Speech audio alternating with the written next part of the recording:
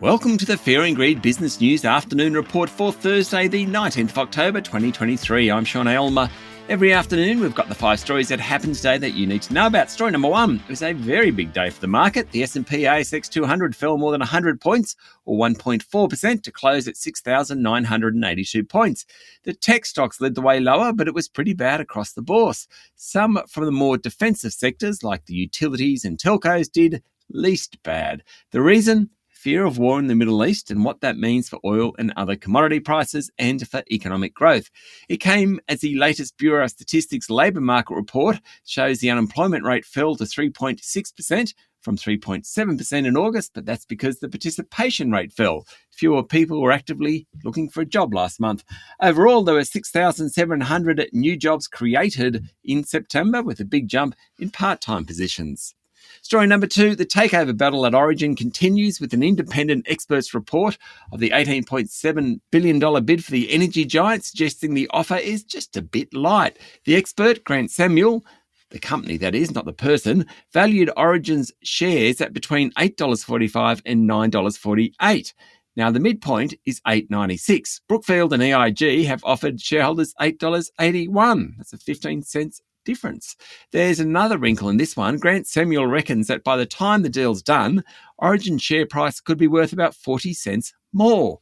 The report adds to calls for the bidders to up the price. Last week, the Australian Competition and Consumer Commission gave the green light to the deal, and then earlier this week, Origin upped its profit forecast for this half.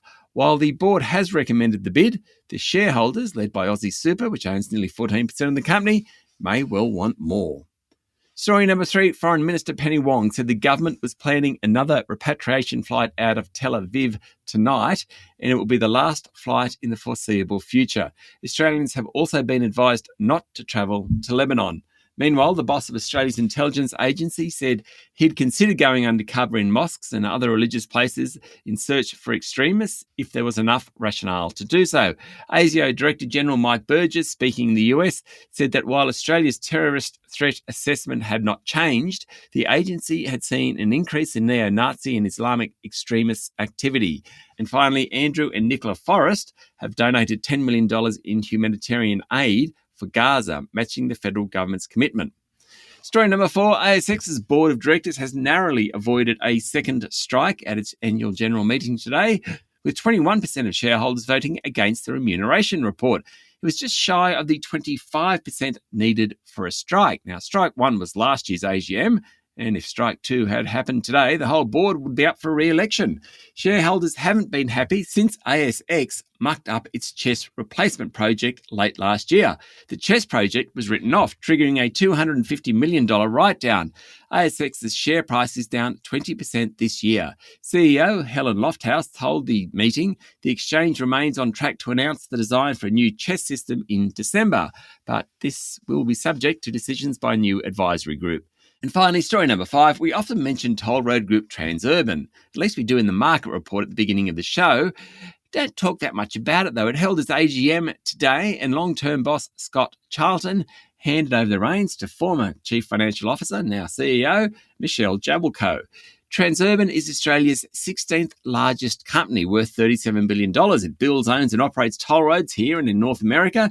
Steady business, since tolls are generally linked to inflation. So as prices rise, so too do tolls, and that's helped Transurban. Its long-term boss, Scott Charlton, has been replaced by Jablko, and yesterday she told shareholders that toll road operators had a role to play to stop cities being choked by population booms. She also released September quarter traffic figures, which show the reopening of COVID helping the business. Transurban, in fact, delivered its highest ever quarterly average daily traffic of 2.5 million trips a day. That's a lot of driving. That's it for the afternoon report for Thursday, the 19th of October, 2023. Michael Thompson, Adam Lang and I will be back tomorrow morning with the Friday edition of Fear and Greed Business News. I'm Sean Aylmer. Enjoy your evening.